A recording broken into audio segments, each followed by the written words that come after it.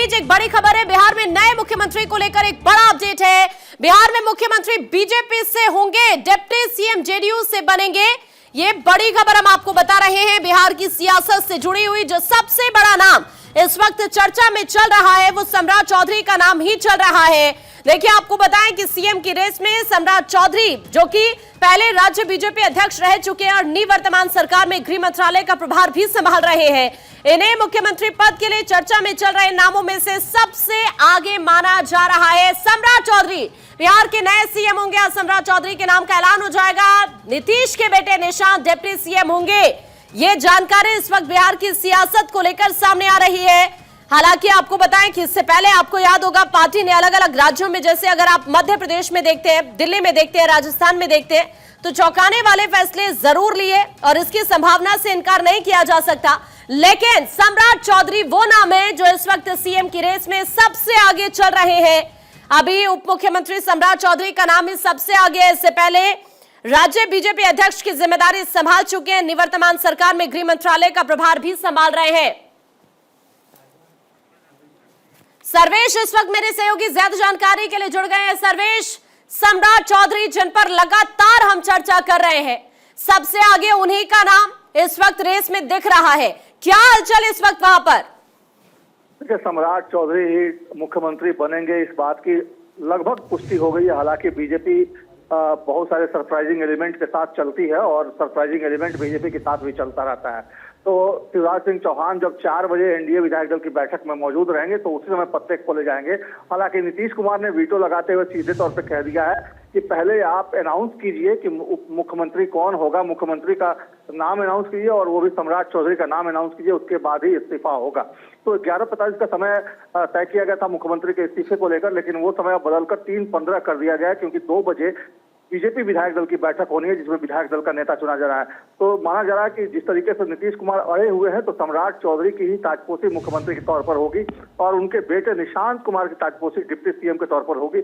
हालांकि पहले निशांत कुमार तैयार नहीं थे, वो मान नहीं रहे थे, लेकिन अब वो माना, जो सूत्रों के हवाले से खबर आ रही है उसमें कहा जा रहा है कि निशांत को मना लिया गया है और निशांत अगले डिप्टी सीएम होंगे। और एक तरह से कहा जाए तो तस्वीरें बिल्कुल क्लियर हो गई है। और कल जब 11 बजे शपथ ग्रहण होगा लोक भवन में, तो उस वक्त सिर्फ 2 लोगों का ही शपथ होगा, एक सम्राट चौधरी मुख्यमंत्री और दूसरे डिप्टी सीएम के तौर पर निशांत कुमार की वहां पे ताजपोशी होनी है। तो एक तरह से कहा जाए तो तस्वीरें बिल्कुल स्पष्ट हो चुकी हैं। अभी राजभवन के अंदर जो है तैयारियां जो है वो शपथ ग्रहण को लेकर चल रही हैं और दूसरी तरफ मुख्यमंत्री आवास में अभी थोड़ी देर पहले जो संजय झा है, कार्यकारी राष्ट्रीय अध्यक्ष जेडीयू के, वो मुख्यमंत्री आवास से बाहर निकले हैं और उनको भी नीतीश कुमार ने सीधे तौर पर कह दिया है कि बीजेपी के जो भी लोग हैं उनको ये मैसेज दे दीजिए कि वो पहले अनाउंस करें कि मुख्यमंत्री सम्राट चौधरी को बना रहे हैं, उसके बाद ही इस्तीफा वो देंगे। तो इस तरह से जिस तरीके से नीतीश कुमार अड़े हुए हैं और कल भी जो राज्यपाल के सचिव हैं गोपाल सिंह मीणा, वो सम्राट चौधरी से मिलने उनके आवास पर पहुंचे। उसके पहले भीखू भाई दलसानिया, संजय सरावगी और संजय झा और ललन सिंह की मुलाकात सम्राट चौधरी से हुई। तो एक तरह से कहा जाए तो ये जब बातें कल हुई तो उससे ये माना जा रहा है कि सम्राट चौधरी की ताजपोशी लगभग ये तय मानी जा रही है इस बार। और मुख्यमंत्री के तौर पर उनकी जो है जो दावेदारी है वो सबसे प्रबल थी और उसको एक तरह से कहा जाए तो अमली जमा पहनाने का काम अब शाम 4 बजे तक कर दिया जाएगा।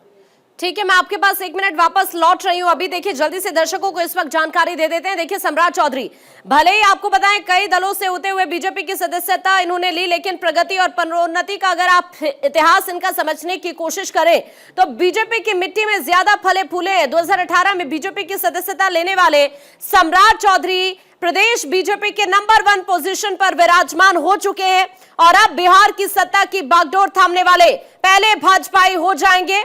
सबसे बड़ी बात इस वक्त यही है कि क्योंकि इस वक्त उनका नाम सबसे ज्यादा चर्चा में है, तो आपके लिए जानना बहुत जरूरी है कि किस तरह से उनका अभी तक का राजनीतिक सफर रहा है।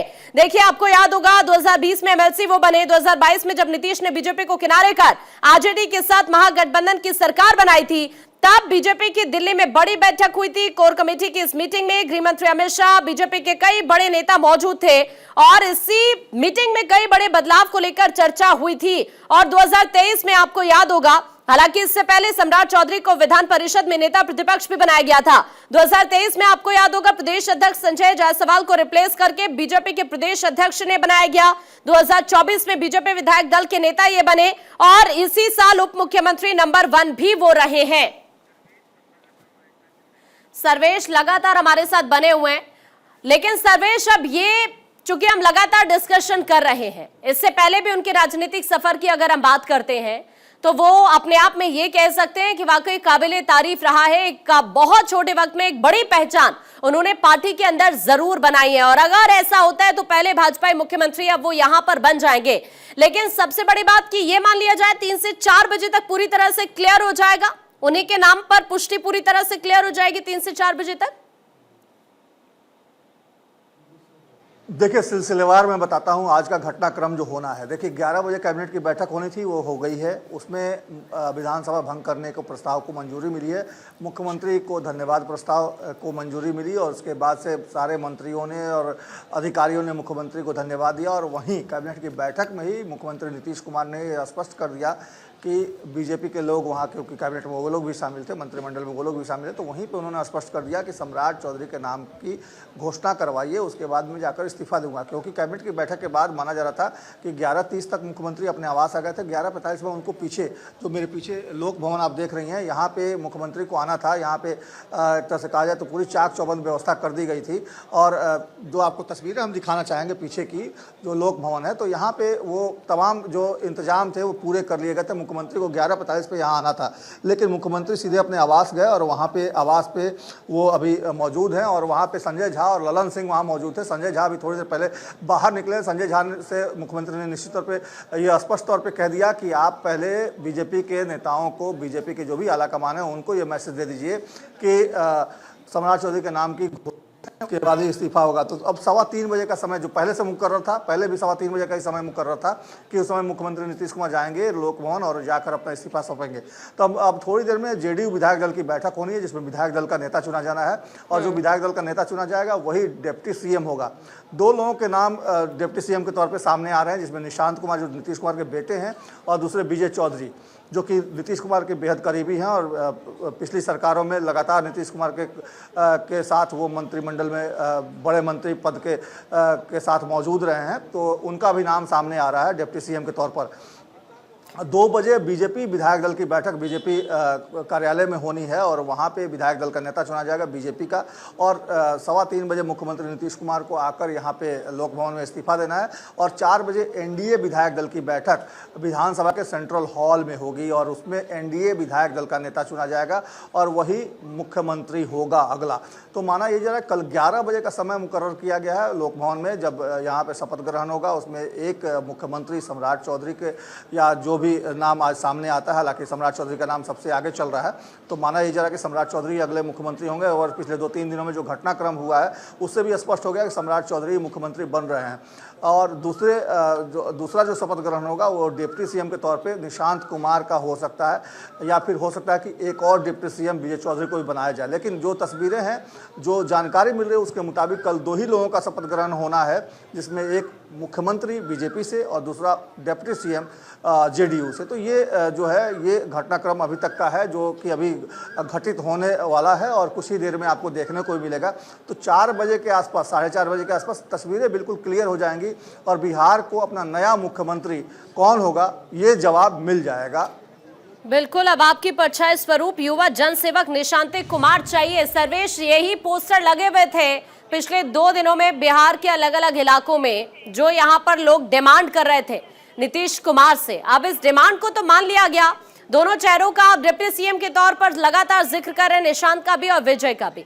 लेकिन अभी अगर हम फिर से निशांत की बात करें तो एक बड़ी जिम्मेदारी अगर डिप्टी सीएम वाकई उन्हीं को बनाया जाता है तो उनके कंधों पर जरूर होगी अब नीतीश कुमार के बाद।